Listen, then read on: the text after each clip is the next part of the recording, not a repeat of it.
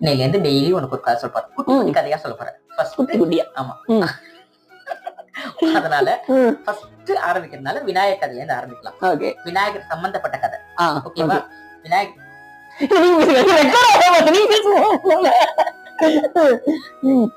சங்கரஹர சதுர்த்தி விரதம்ங்கிறது எவ்வளவு முக்கியமான விரதம் அப்படிங்கிறதுக்காக சந்திரன் வந்து விநாயகரை பார்த்து கேலி பண்ணது ஒரு கதை இருக்குது. தட்ச சாபத்தினால ரோகம் வந்தது ஒரு கதை இருக்குது. ஆனா விநாயகரை பார்த்து இது பண்ணதுனாலதான் கேலி பண்ணதுனால அவருக்கு ரோக நோய் வந்து அவர் தேய ஆரம்பிச்சிட்டாரு. அது அப்புறம் வந்து அவர் திரும்பி வந்து விரதம் இருந்து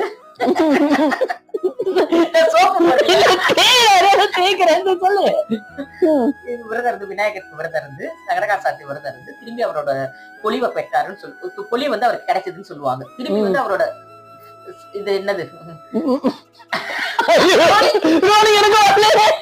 அவரோட ஃபுல் பவர் பிரைட்னஸ் கிடைச்சது.